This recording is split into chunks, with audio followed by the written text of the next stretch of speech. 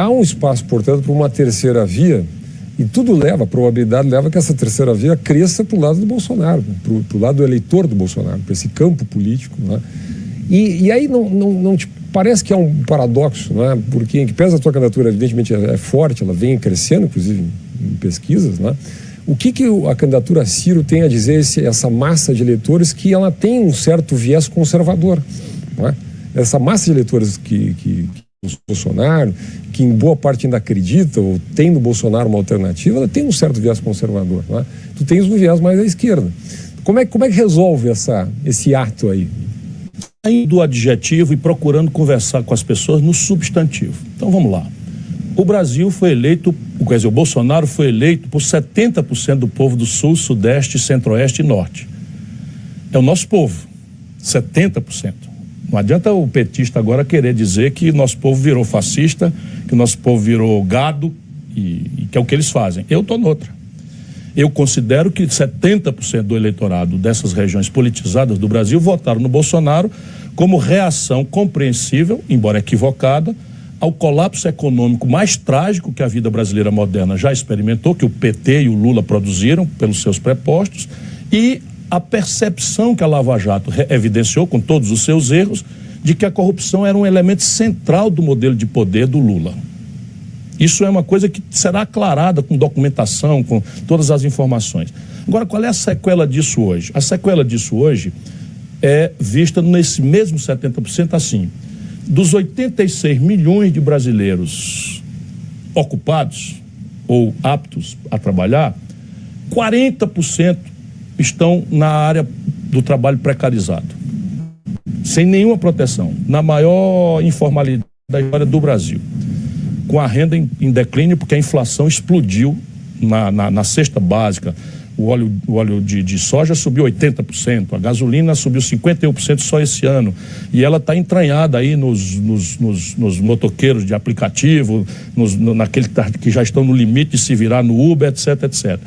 Essas pessoas são conservadoras em dimensão de costumes. É outra coisa que a esquerda petista e pissolista não entendeu nada.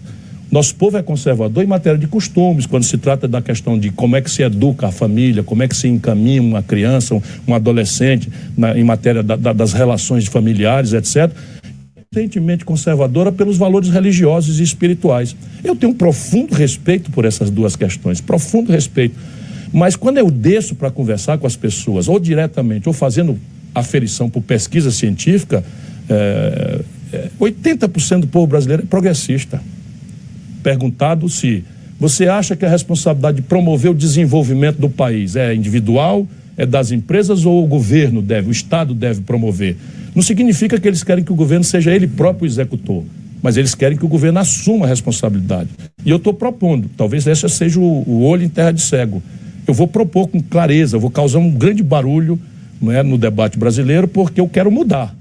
E eu vou dizer o porquê que está errado e onde é que eu quero mudar, quem vai pagar a conta de uma expansão qualificada do serviço público, do investimento público. Ciro, deixa eu só aproveitar essa palavra que você usou de mudança e te chamar a atenção para uma coisa que aconteceu dentro do partido. Deixa eu só completar o número. 40% está na informalidade, mas 15%, em números redondos, estão abertamente desempregados. E 6 milhões estão no desalento. Compreende? Quer dizer, nós estamos falando aí de 60% da força de trabalho do país vivendo o pão que o diabo amassou. Essas pessoas não são conservadoras, elas querem mudar. Elas são conservadoras no modo de respeitar seus costumes familiares, o seu jeito de adorar a Deus, e eu tenho um profundo, volto a dizer, respeito por isso. Mas na economia elas vão me ajudar a mudar o Brasil. Muitas vezes é o dia ali, é o emprego, é a inflação, um monte de coisa que acaba contando nisso. Mas a gente vai falar ainda de economia, obviamente, mas só para pegar uma questão sobre mudança. Quando falar em mudança, em pensar em progressão, o senhor fez críticas aí ao ex-presidente Lula, a gente pega uma pessoa que dentro do seu partido colocou, por exemplo, mudanças, acho que foi na reforma da Previdência que o senhor passou a ter uma discussão ferrenha com a Tabata Amaral, deputada federal. E aí quando o senhor fala sobre mudança, sobre alguém para vir, o senhor acha que às vezes não deveria estar, ou o partido, ou o senhor, mais aberto à mudança, essa nova geração que traz alguns pensamentos distintos, diferentes, para progredir, não só o senhor como o partido de uma maneira geral? Quem recrutou essa deputada, assinou a ficha de filiação dela, foi eu. Eu conheci num debate no MIT, Harvard, nos Estados Unidos, e me impressionei pela inteligência potencial dela, enfim, eu que a recrutei, porque ninguém tem mais esforço. Eu hoje tenho uma turma boa, uma militância digital na internet, que ninguém tem nada parecido, porque eu passei anos falando em todas as estruturas universitárias brasileiras por horas. Então, quem está preocupado no Ceará, por exemplo, tem toda uma nova geração que eu ajudei a formar e que tem os melhores indicadores de políticas públicas e de sanidade fiscal do Brasil. Então, eu tenho muito compromisso com a renovação. Agora, vamos ao ponto. A Previdência Social brasileira estava como está, ilíquida. Não é por razões de despesa, embora haja ali muitas aberrações. A questão é o modelo, e a gente não pode desorientar as pessoas. O modelo de repartição depende de demografia jovem, e o Brasil está envelhecendo de forma rápida e acelerada pela tragédia social que esmaga o nosso povo, e alto nível de formalidade do mercado de trabalho. Carteira assinada é a base da arrecadação da Previdência. Agora, eu já mostrei os números, nós estamos na maior informalidade da história. Então, nós precisamos de um outro modelo previdenciário. E o único partido, o único candidato que apresentou uma proposta com começo, meio e fim, com os números, a transição, etc., fomos nós do PDT, fui eu, na campanha, como candidato. Capitalização individual? É um regime misto, com 3 pilares, um programa de renda mínima, de um salário mínimo para todo mundo de acesso incondicional, um regime de repartição para a transição e um regime de capitalização para quem quiser acima do teto de 5, 6 mil reais capitalizar. E a transição toda financiada. Isso foi discutido, amadurecido, nós apresentamos com todos os riscos num debate marcado por fake news, por picaretagem, por superficialidade, por passionalismo. Nós fomos lá e fizemos.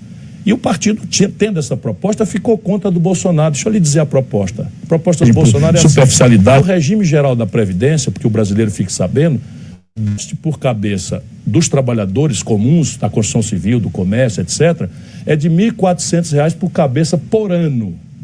O déficit no setor público, legislativo e executivo, exceto militares, é de R$ 36 mil por cabeça por ano. E o déficit entre os militares é de R$ 180 mil por cabeça por ano. O que é que faz a reforma da Previdência do Bolsonaro? Carrega 80 de cada 100 reais de sacrifício em cima dos pobres, empurrando mais gente ainda para a informalidade, porque há uma quebra de contrato no regime de repartição. É um contrato intergeracional em que eu trabalho e contribuo na crença de que quando eu me aposentar, alguém vai trabalhar e contribuir para pagar minha aposentadoria. E agora as pessoas perceberam que esse contrato foi quebrado. Então, veja, a nossa discussão é de substância, não é de adjetivo. Então, essa já é uma proposta para a sua campanha. Com começo, meio e fim, e números para serem oferecidos para resolver, porque a equação fiscal brasileira hoje é a mais trágica da história. É bom que se diga que não foi o Bolsonaro que produziu. Honestamente, ele está agravando tudo. Claro. Mas quem produziu isso foi o PT. Ali, a Dilma agravou dramaticamente. Mas assim, sabe qual é o déficit primário hoje na conta brasileira, nos últimos 12 meses? Nós estamos falando de 360 bilhões de reais. Déficit primário. Quando a gente olha os juros, que agora cada 1% ali, dá 60 bilhões a mais por ano na conta da dívida. Sabe o déficit nominal, porque a gente não está pagando? 650 bilhões de reais. A dívida cresce 10%. Só que nós estamos, a dívida crescendo, ela está virando quase moeda, porque nós temos operações compromissadas com a equivalência a quase 15% do PIB. Uma distorção absolutamente grave. Ou a gente fala sério, ou tudo mais é conversa fiada.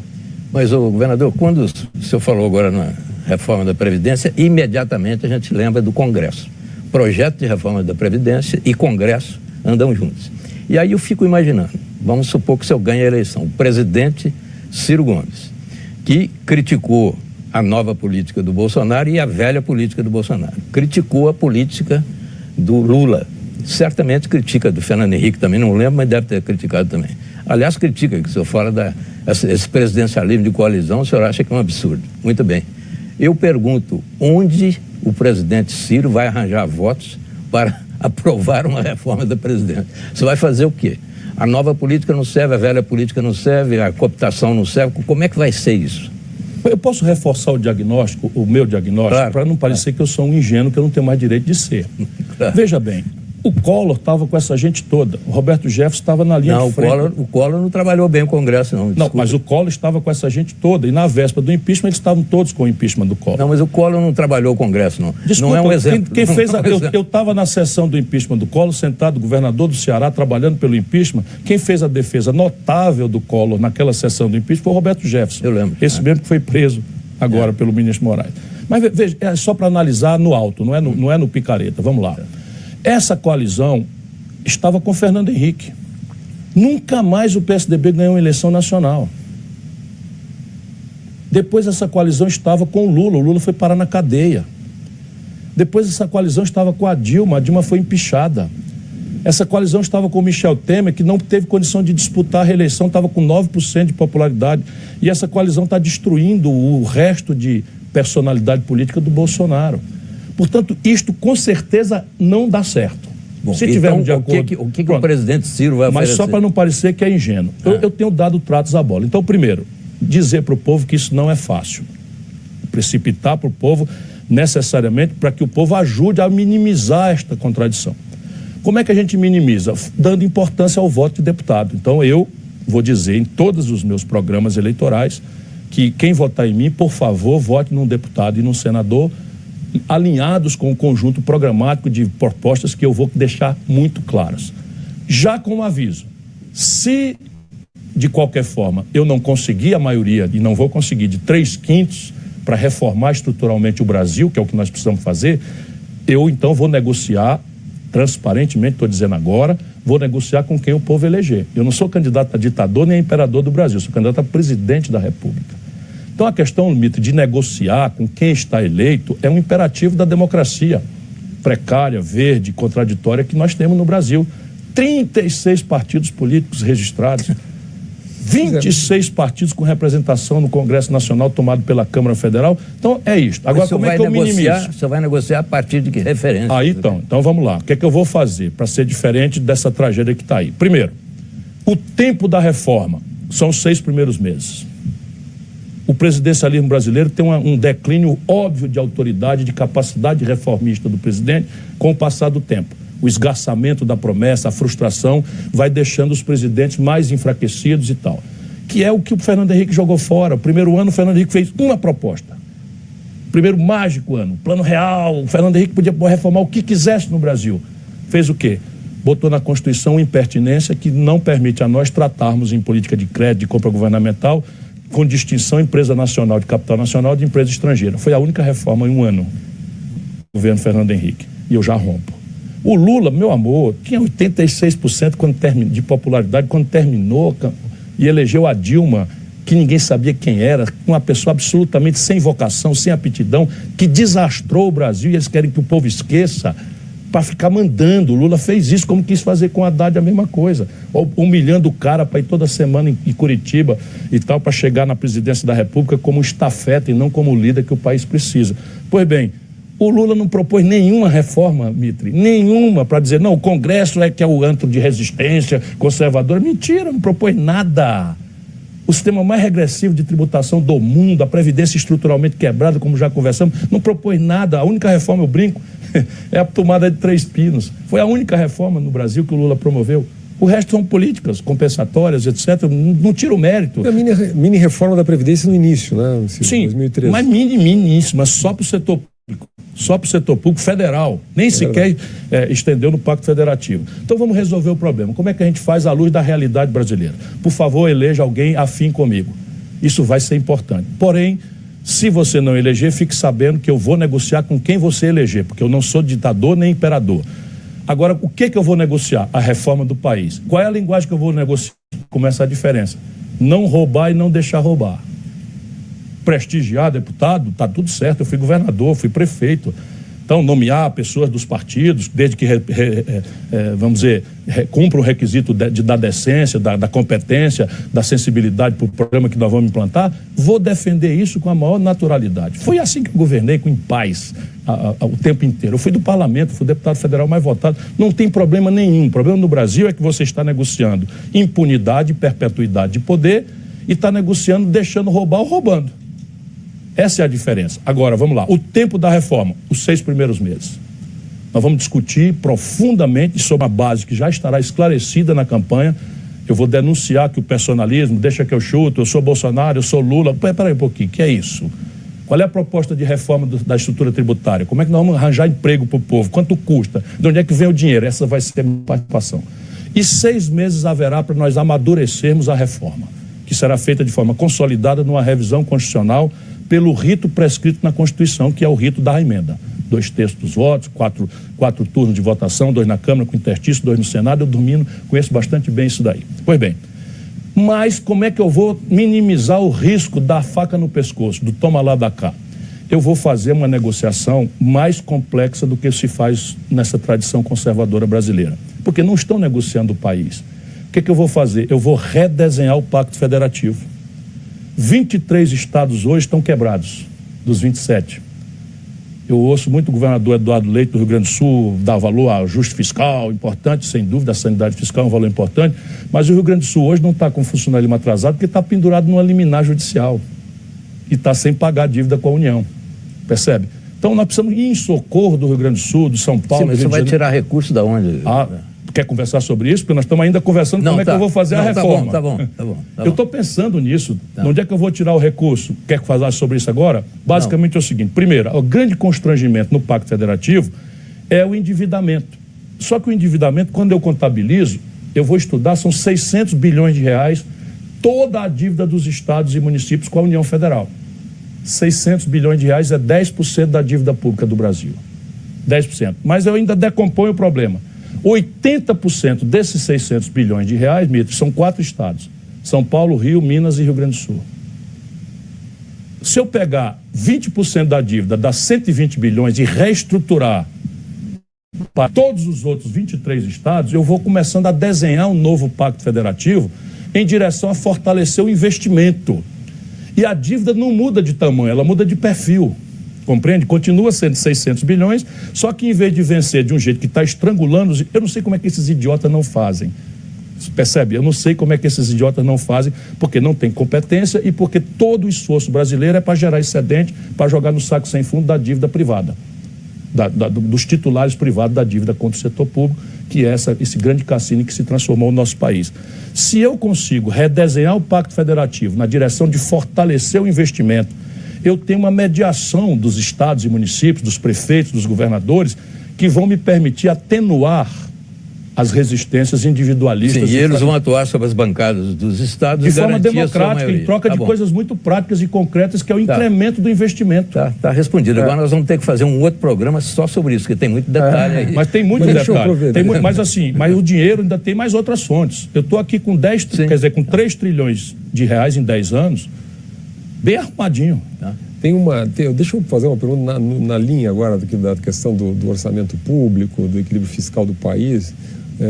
Teto de gastos, Ciro, porque o teto de gastos desde 2016 não foi criação do Bolsonaro, foi criação do Henrique Meirelles, esse processo, o Bolsonaro preservou, e hoje vão lá de, 8 entre 10 economistas, para não falar 10 entre 10, mas 8 entre 10 consideram o teto de gastos a âncora fiscal do país, né? Tu tens feito algumas críticas, né, ao teto. O que põe no lugar? Teto de gastos é a lei de responsabilidade fiscal colocada de fato em prática no Brasil? O que substitui isso? O que garante que nós não vamos passar por um novo processo de descontrole fiscal, hein? Veja, equilíbrio fiscal, saúde fiscal é uma essencialidade do bom Estado. E eu não sou um teórico disso, como eu sou ex-ministro da Fazenda, ex-governador, ex-prefeito, e eu não estou me exibindo, eu estou apresentando o meu currículo, né, para tentar merecer a preferência e a confiança das pessoas. Eu não tenho um dia de déficit na minha carreira, Fernando. Ministro da Fazenda, eu produzi um superávit primário de 5,2% do PIB, na boca do caixa, no 4º trimestre, que é a hora da gastança, do resto a pagar, etc. Governador do Ceará, eu fui ao mercado e liquidei 100% da dívida de títulos do estado do Ceará com 15 a 20 anos de antecedência no vencimento, porque eu trabalhava com 36% de receita corrente líquida livre. E não achava sentido, só porque não era no meu mandato, que o estado do Ceará ficasse como São Paulo, como Rio, que eles quebraram, foi por isso. Política de juro dobro, os estados não têm condição, se endividaram com 100, o Rio Grande do Sul endividou com 100, pagou 1.000 e está devendo 10 mil. O Ceará Saiu dessa há 25 anos atrás. O senhor conseguiu subir a arrecadação no Ceará. Subir profundamente. E aí as contas fecharam. Mas é assim que se faz, rapaz. Nosso povo faz isso diariamente. Então, repare, teto de gastos com status constitucional, Fernando, você dizer que 8 em 10 economistas, é porque há uma imprudência no pensamento acadêmico brasileiro, porque simplesmente isso não existe, nem na literatura, nem na experiência internacional comparada. A única coisa parecida com esta aberração que se fez no Brasil, que não foi cumprida um dia sequer, com esses puxadinhos, atalhos, etc., e a grande mentira, a grande hipocrisia com a fração da elite e seus arautos defendem. Então, veja, os Estados Unidos tem com status de lei ordinária, mas entra tudo, todo o gasto corrente, inclusive serviço da dívida.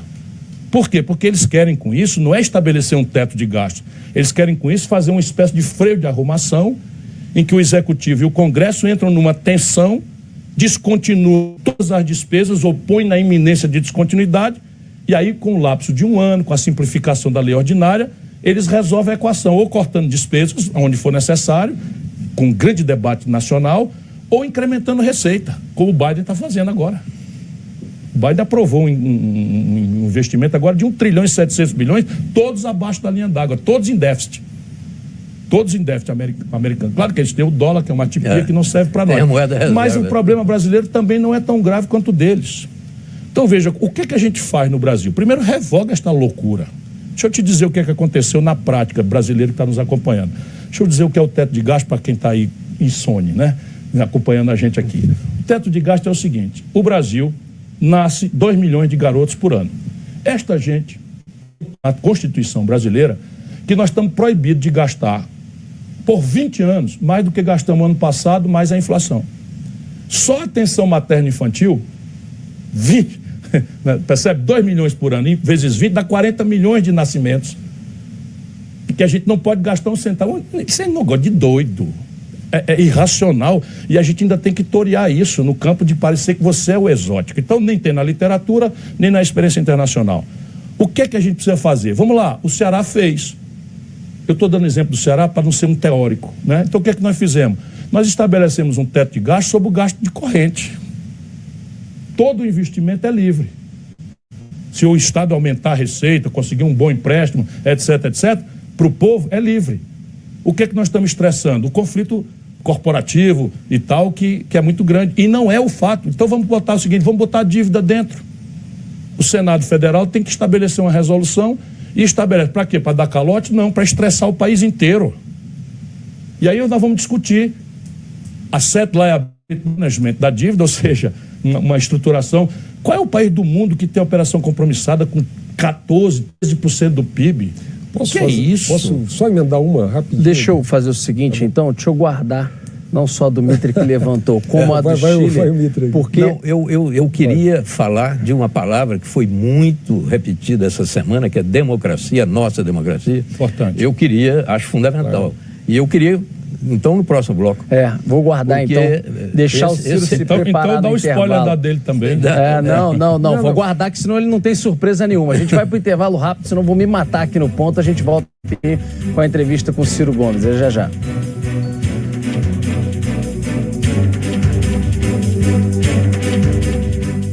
De um lado, tem gente que não viaja por causa dos preços das passagens. Do outro, tem gente que tem milhas, mas não usa. E aqui tem gente que resolve isso em 123. 123 Milhas. Uma plataforma inovadora para você comprar passagens com até 50% de desconto, usando milhas que seriam perdidas por outras pessoas. E nem precisa ter milhas para aproveitar. É que a gente acredita que com inteligência e tecnologia, todo mundo pode viajar. Acesse agora. 123 Milhas. Clicou, economizou, viajou. Queima de mostruário na Jacaúna Móveis, mas é só essa semana. Mais de 50% de desconto. 51, 52, 53, 54. É mais de 50%. Vem! 11 9 3239 4922.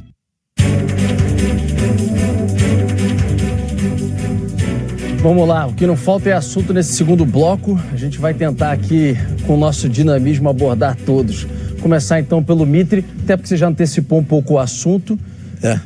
Não, tudo bem. Então, por favor, eu depois o nosso Chile complementa, vai. Governador, rapidamente é impossível responder rapidamente tudo. Estou falando da crise institucional que existe nesse país, o conflito entre poderes que está aí.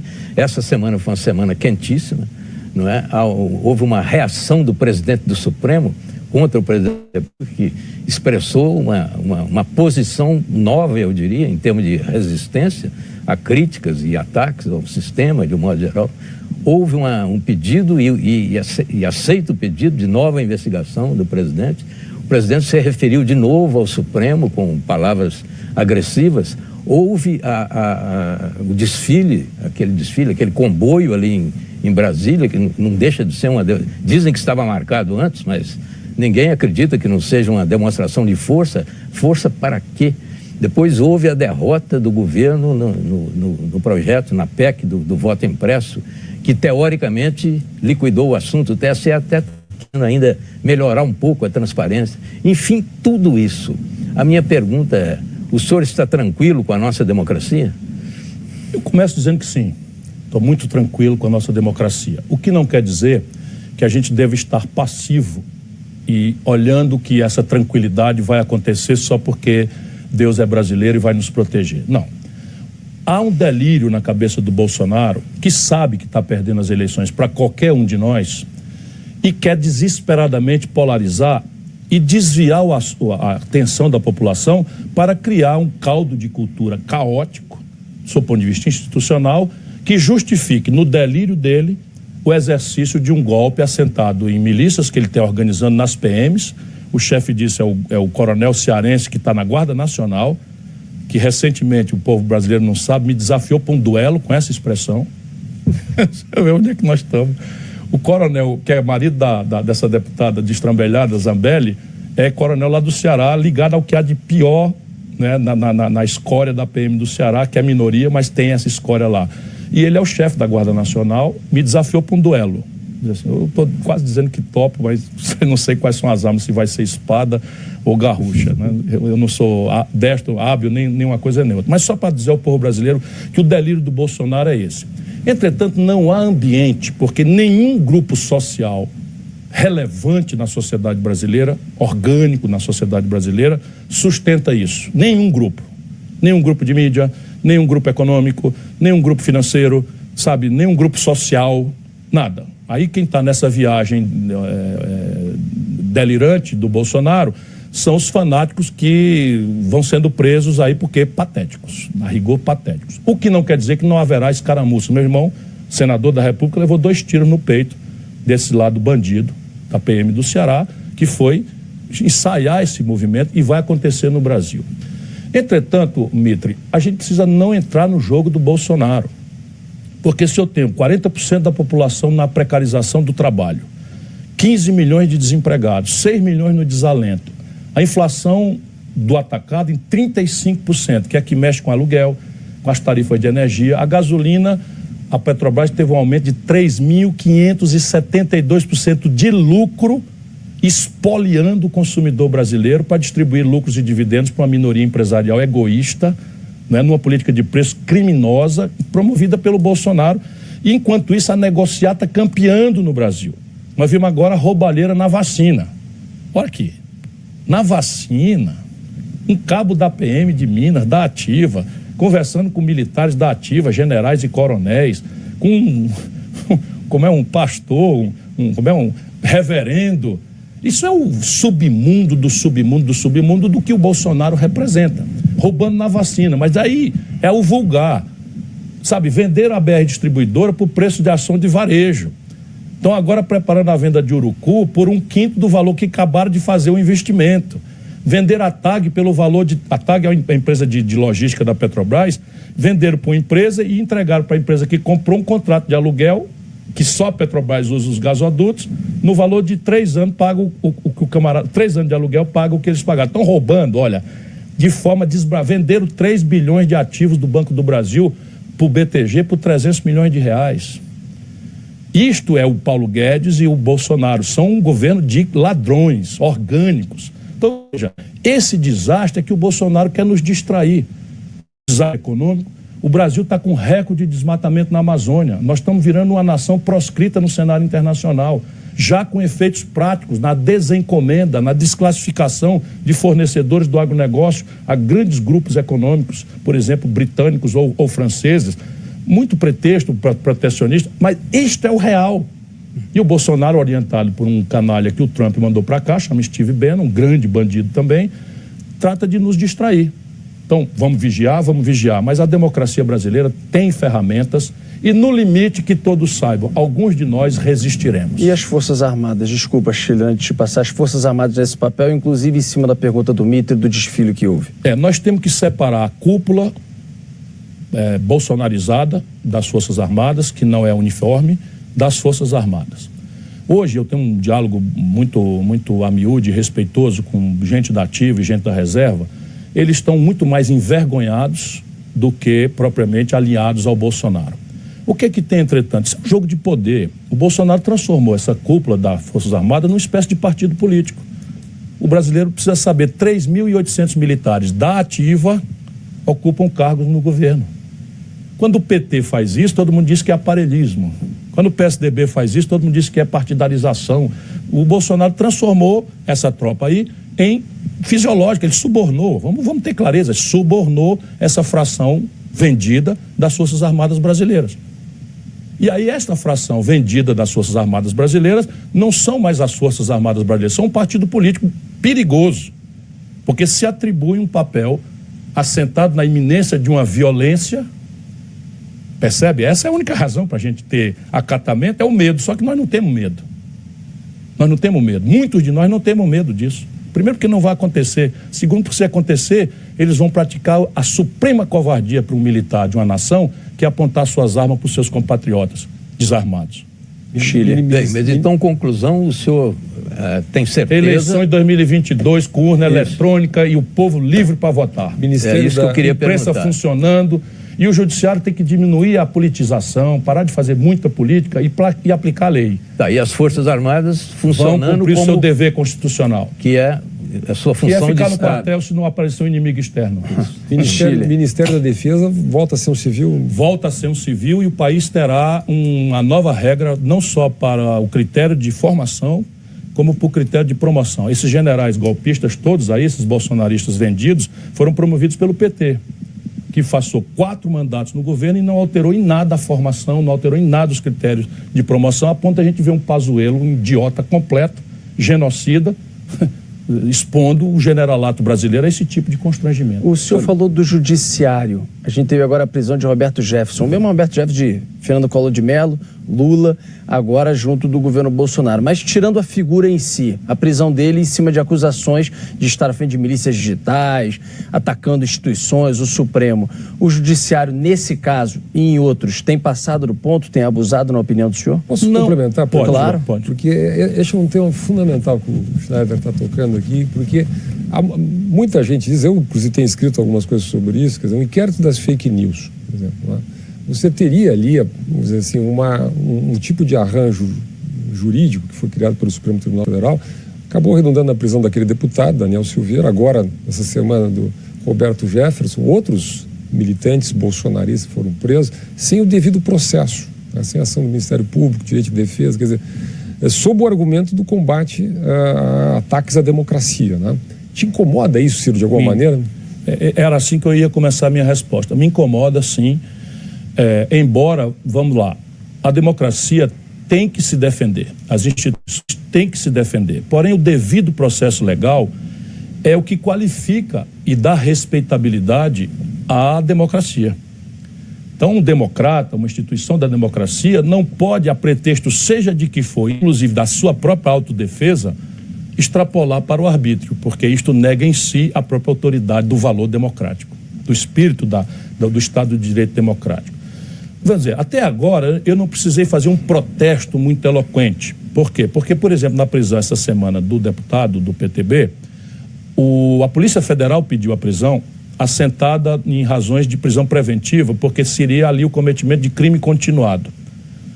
Eu não sei que telefonemas pode ter acontecido no bastidor, mas o rito neste caso foi feito. O Ministério Público, doutor Aras, foi acionado.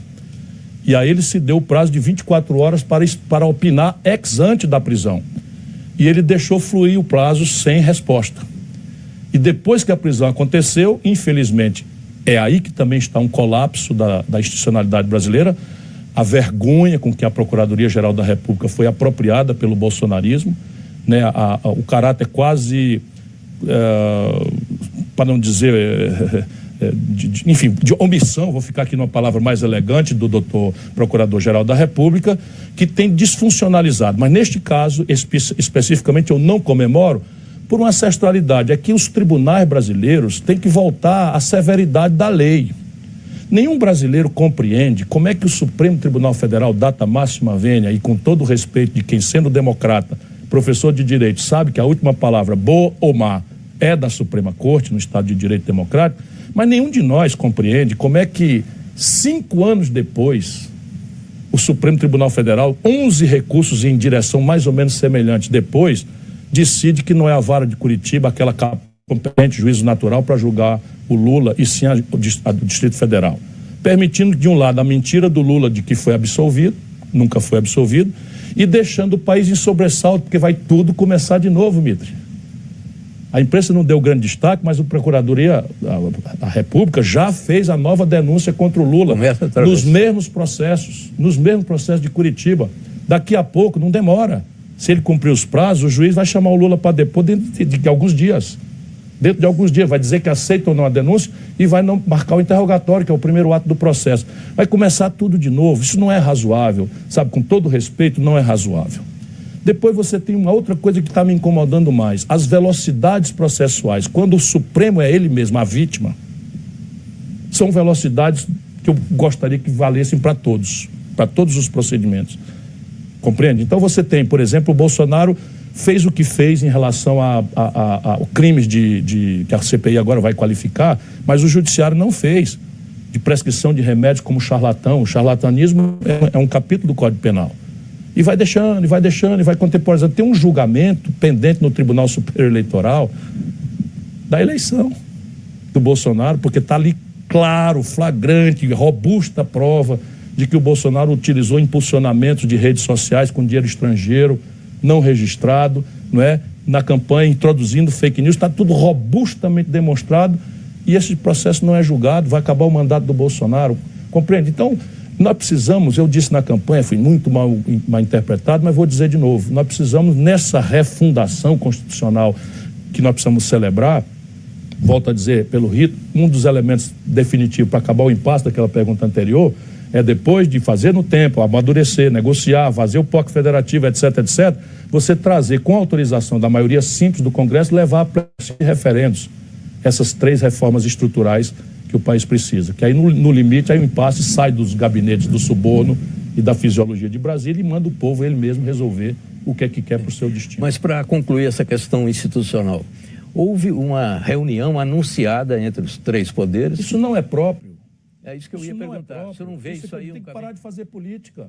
Isso não é próprio. Que conversa é essa? Como é que pode o presidente do Supremo Tribunal Federal ficar confraternizando com um cara que está sob júdice dele próprio? Pois é, mas o grave aí é que, mesmo sendo imprópria a reunião, quando ela foi cancelada porque o ambiente foi um ato político, mas está tudo errado. Porque se eu me preservo, eu sou old fashion, quer dizer, eu sou das antigas, eu sou daquele que admira o juiz, que sabe, que escolhe a vocação de julgar os outros e compreende que isso obriga ele a uma exclusão do relacionamento social, dando a juiz a dar entrevista. Percebe? Isso tudo é muito estranho para a minha formação jurídica. Chile. Eu vou mudar de... O que eu prometi é que vai todo mundo voltar para sua caixinha. Eu queria te perguntar uma coisa, Cílio, porque hoje voltou a pauta, aliás, está sempre na pauta o tema social. Nós estamos com um crescimento da pobreza enorme, tu mesmo colocaste os dados aí da economia informal. O governo anunciou essa semana um novo programa social. O Bolsa Família foi um negócio interessante, mas envelheceu. Né? R$190 de transferência de renda, cá entre nós, ficou na história, ficou no passado. Né? Então, a minha pergunta para ti, assim, nenhum governo, a minha tese é que nenhum governo enfrentou estruturalmente pobreza no Brasil. Nenhum governo. Nós tivemos programa de transferência de renda, não é programa de enfrentamento de pobreza, são diferentes, né? Então, o governo Ciro, como é que lida com esse problema, que é difícil, muito difícil, de pobreza, transferência de renda. Qual é o programa social, estrutural que tu pensa, assim? Veja, no curto prazo, nós temos hoje 20 milhões em números redondos de pessoas que estão passando fome, completa fome. E se nós alargarmos a lupa para ver quantos brasileiros estão comendo precariamente, menos do que é o mínimo necessário para a subsistência sadia, nós estamos em 130 milhões de pessoas. Portanto, não é possível que a gente, não entendendo isso, não tenha uma política de transferência de renda.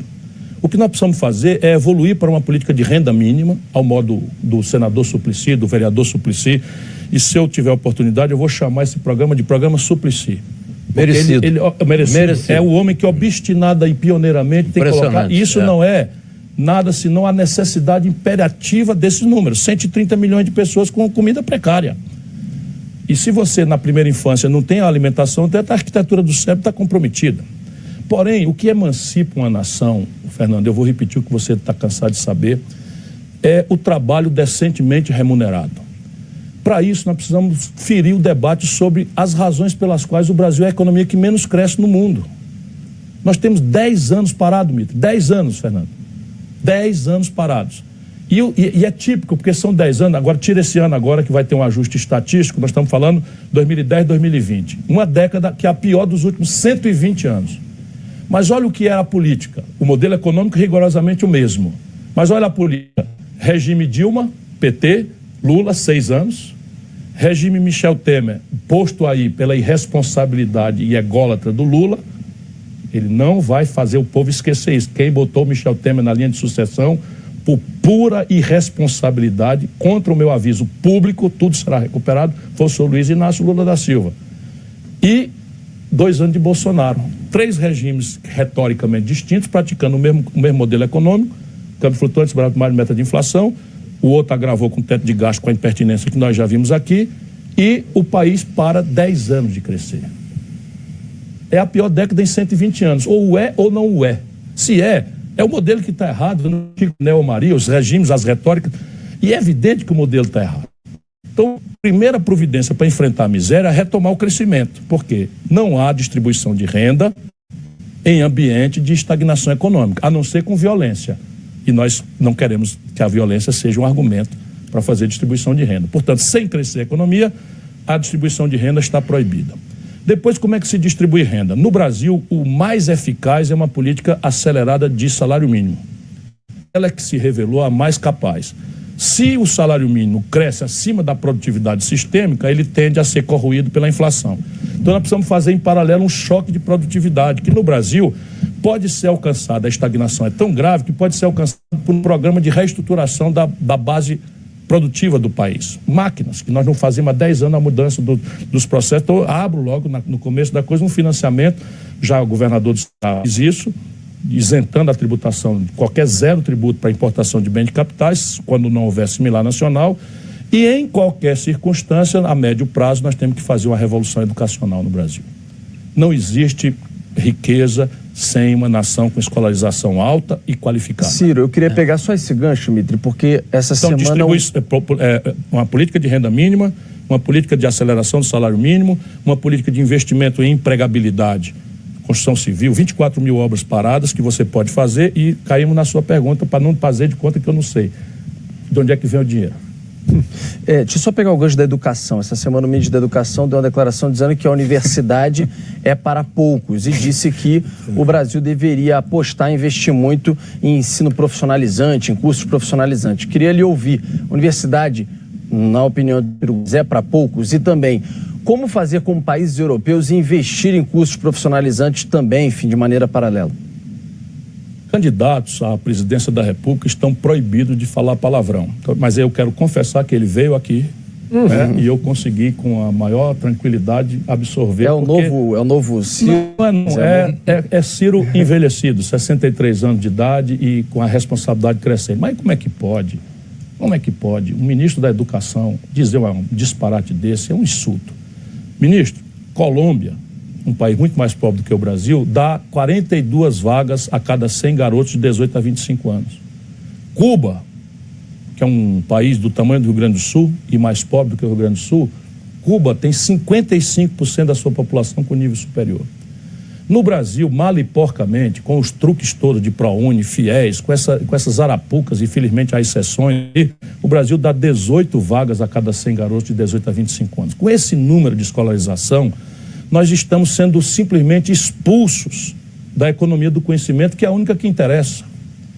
E a economia do conhecimento precisa de escolarização de nível superior e, mais do que isso, precisa de educação continuada, que é o novo e radical conceito para você estar up-to-date, ou seja, contemporâneo das novas e sofisticadas práticas produtivas que a economia do conhecimento e o mundo digital pede. E isto não é contraditório com nada, senão complementar. Deixa eu dizer para essa anta, pronto, saiu uma coisa mais ou menos palatável, dizer para essa anta, não é, que é o pior ministro da educação da história do Brasil, não é, que o Ceará está qualificando jovens em nível médio, profissionalizante, em tempo integral, há 20 anos. Nós já temos 50% dos garotos de nível médio no Ceará com escola em tempo integral. E essa escola profissionalizante não é para ensinar profissões subalternas, embora todas sejam nobres, não é? Estamos ensinando mecatrônica, estamos ensinando projeto de vida, e o governo paga o estágio, que é o que eu vou fazer no governo federal. Paga o estágio do jovem nas empresas e a taxa de retenção só tem 3%, Mitri. O garoto sai, faz o estágio e a empresa acaba, quando acaba o estágio, fica com o garoto porque ele é extremamente qualificado. Mas isso, uma coisa completa a outra, porque a divisão do trabalho, não é, precisa inclusive de um choque no paradoxo, no paradigma pedagógico, em que na escola básica nós estamos ensinando esse enciclopedismo raso. Esse idiota não sabe nem o que eu estou falando aqui. Enciclopedismo raso, decoreba, né? O aluno estressado, individualizado para reproduzir passivamente informações, é o modo de aferição de talento. Isso é tudo lixo em tempos de Google. Nós precisamos estabelecer um paradigma pedagógico novo, é uma grande reforma da estrutura educacional que necessariamente passa pelo retreinamento e requalificação do magistério e a necessária complementação do seu esforço por uma decência no salário. Claro. Aliás, que o teto de gasto proíbe. Aliás, nós fizemos um canal livre aqui sobre educação e Sobral foi citado como exemplo pela professora Cláudia Costinho. Sorry, periferia. Eu lembrei, falei, bom, semana que vem o Ciro vai falar disso. Mas Sobral foi o experimento pioneiro. Essas boas práticas estão sendo realizadas para o Ceará. Ganhou prêmio em todo lugar aí no mundo. Nós somos visitados.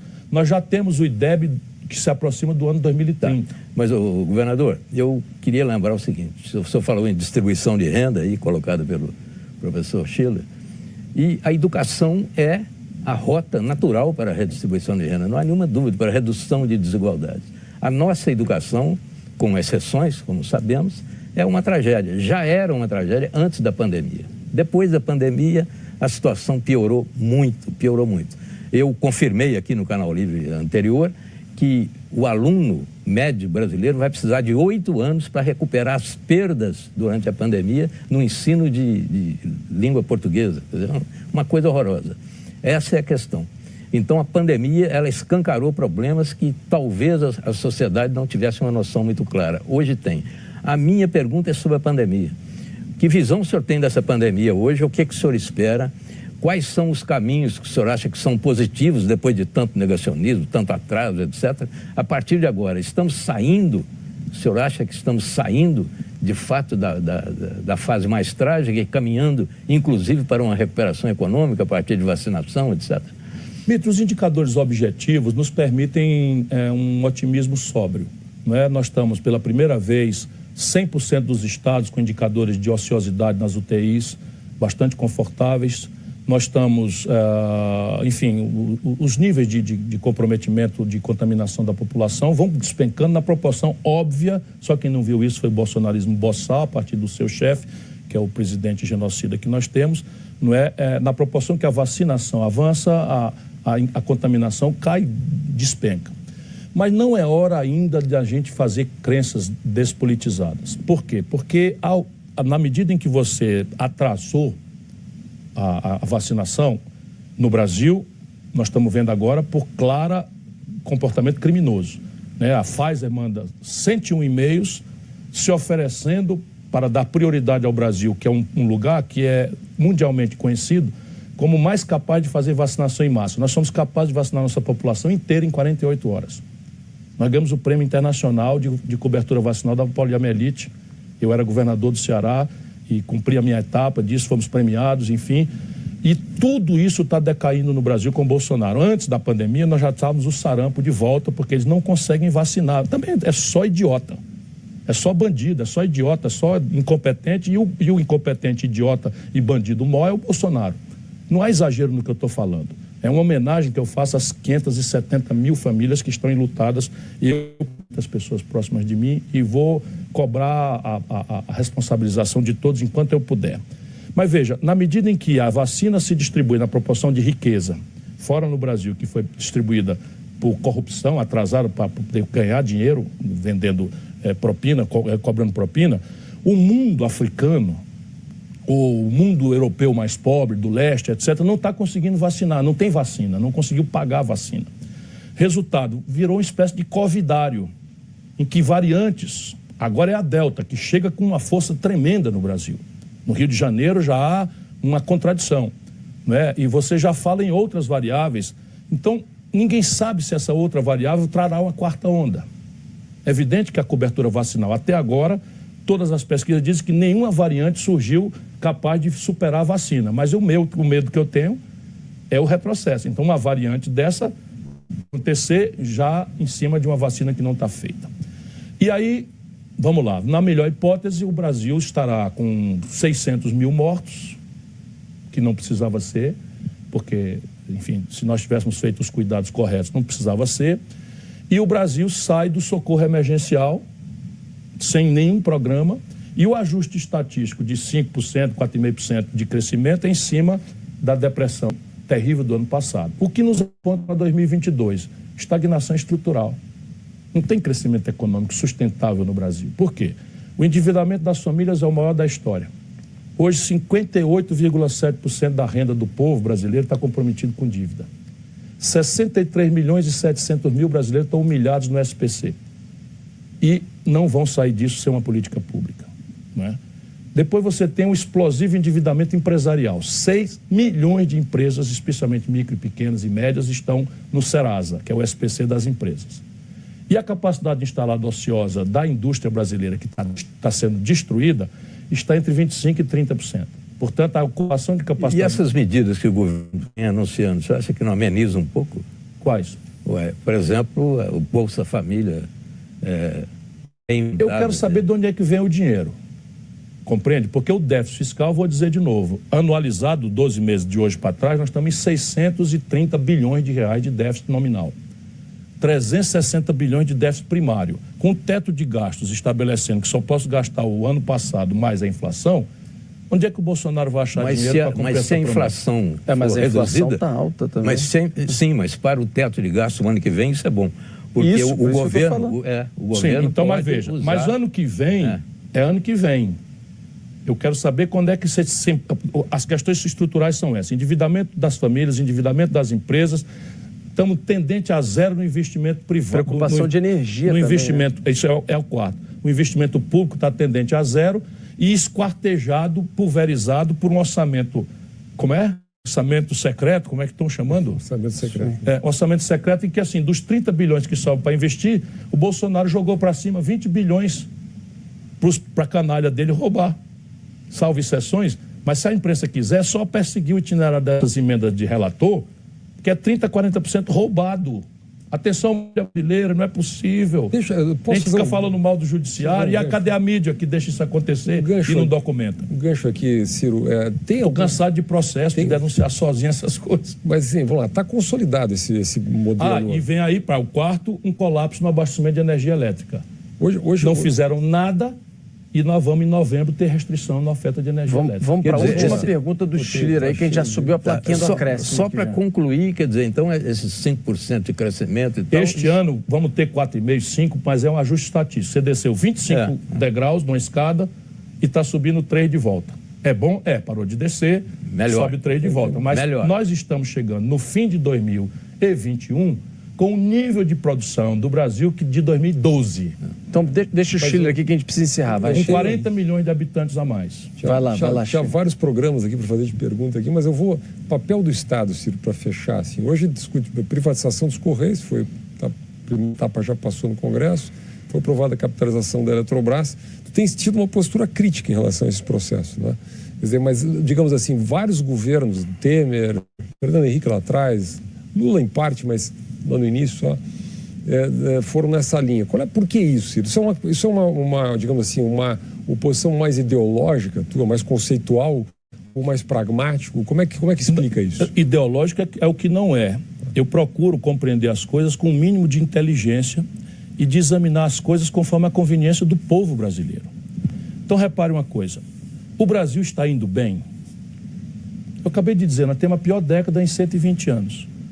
Nós que crescemos a 6,7% ao ano, meio século, passamos a crescer com esta modelagem dos anos 80 para cá de 2,5%, 2,6% ao ano.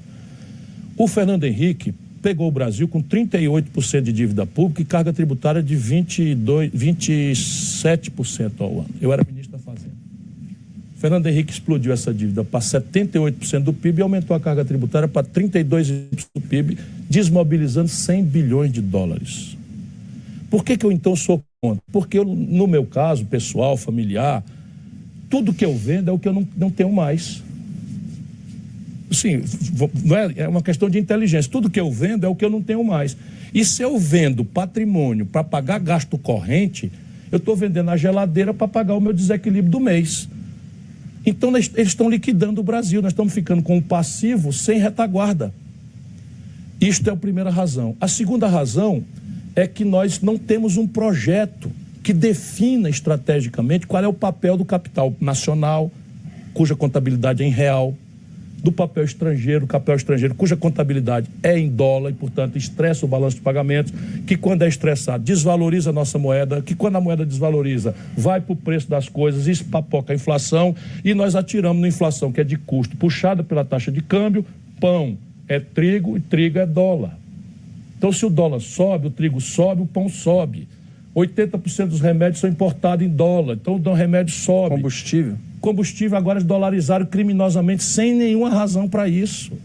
Então, veja, sem um planejamento, é muito imprudente você desmobilizar patrimônio, se fosse decente.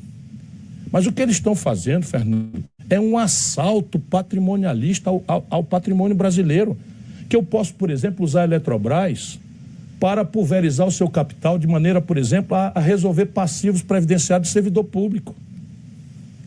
E eu não perco para o estrangeiro, nem perco para o capitalista privado, especulador, uma empresa que vai dizer da vida ou da morte do meu regime de águas. Tá doido, rapaz, eu sou nordestino. Aí, de repente, a água de Fortaleza que vem agora da conexão com São Francisco, eu vou ter que decidir com um empresário em Xangai.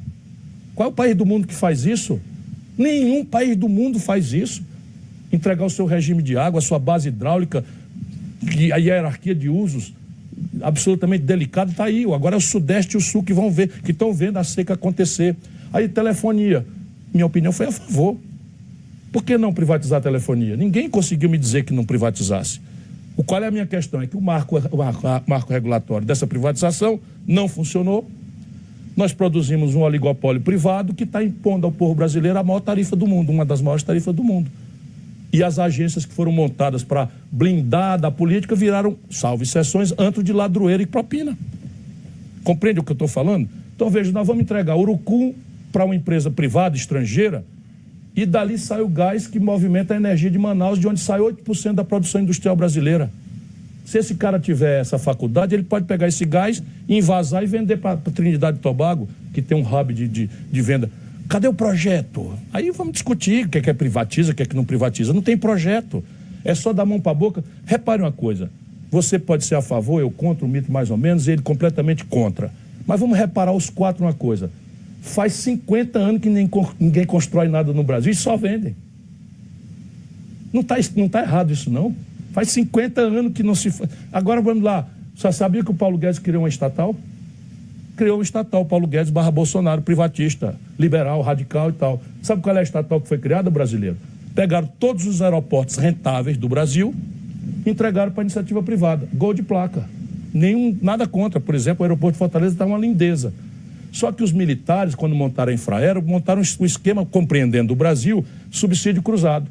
Eu cobro em Guarulhos uma tarifa um pouquinho maior para financiar o aeroporto de Macapá, que é deficitário, de Petrolina, que é deficitário, de eventual Caxias do Sul, que é deficitário. O que eles fizeram? Entregaram todos os rentáveis para a iniciativa privada, criaram um estatal para administrar com dinheiro do povo, que vai rivalizar com saúde, com educação, né, os aeroportos deficitários do Brasil. Pegaram a Dutra, que é a BR-116, nasce em Fortaleza e termina no Rio Grande, no porto lá embaixo. Pois bem, quando une Rio a São Paulo, é o maior tráfego do Brasil. Privatiza, zero legal, problema, nenhum problema, zero. Qual é o problema? Privatizar. O problema é que Cabrobró, Salgueiro, está sem dinheiro para manutenção. Agora o Correio. 20 mil pessoas é a esmagadora maioria dos municípios brasileiros. Todo município abaixo de 20 mil habitantes é inviável, sob o ponto de vista de encomendas e serviços postais. Por isso que nós demos status constitucional ao Correio. Aí agora vão vender os Correios. Aí acaba o subsídio cruzado, o general Mourão, que é outro desses aí, nós também entregamos, quando é honrado, parece o caso do general Mourão, é um jumento de carga e tal. Ele diz, não, nós vamos criar um estatal. Ele está dizendo na cara do freguês. Vão vender o Correio rentável, que está explodindo de lucro, se adaptou para o e-commerce. Quando você faz uma encomenda na FedEx, nos Estados Unidos, quem entrega aqui é o Correio do Brasil. Por quê? Porque levou 300 anos para montar uma capilaridade que ninguém vai conseguir fazer. Ninguém. Aí o que é que acontece? Lá em Ariquemes, em Rondônia, ninguém vai mais receber encomenda a não ser por R$1.000. Mas Santana do Livramento também, lá no Rio Grande do Sul. Sabe? Montes Claros também, lá no interior de Minas Gerais, no Vale do Jequitinhonha e Mucuri. São os loucos. Então vamos privatizar? Vamos, mas a serviço de qual estratégia? Ô Ciro, eu queria dizer que, obviamente, o meu Acabou papel... o tempo, é? O meu papel é esse, Pois né? é. Então a gente Mas poderia é bom o aqui... telespectador saber que o Lula e o Bolsonaro estão convidados. Sim, certamente. Lula já foi convidado, inclusive já tem umas 5, 6 semanas, e o presidente Bolsonaro a gente reitera aqui, inclusive quando fizemos o Canal Livre com o governador Bora, João Lula, Dória. vamos debater, vamos atender o convite aí, rapaz. É, mas eu não consigo não pensar no debate aqui, o nosso debate da Band. Da com o Band, Ciro, é verdade. Ciro, Lula, Bolsonaro. Né? E Bolsonaro participa, porque da outra vez houve aquele fato também lamentável. Pois o de meu fora da medo é que os facada, dois ele não pôde combinem, para participar. além desse retrocesso grave de voltar às coligações proporcionais que fizeram combinados, Bolsonaro e Lula, e isso é a bola de chumbo que amarra o Brasil ao passado, que eles se combinem para não comparecer ao debate. Não brinca não. Ciro. É. Eu estou só Já dizendo tô logo pensando- agora. Já tô Ciro, deixa eu já pensando no finalizar o cenário Canal aqui. Livre já, porque eu já não gostei nem dessa possibilidade que você levantou. Um abraço, Ciro. Obrigado mais uma vez. É óbvio que a gente poderia ficar aqui a noite toda falando sobre o Brasil, tantos assuntos, mas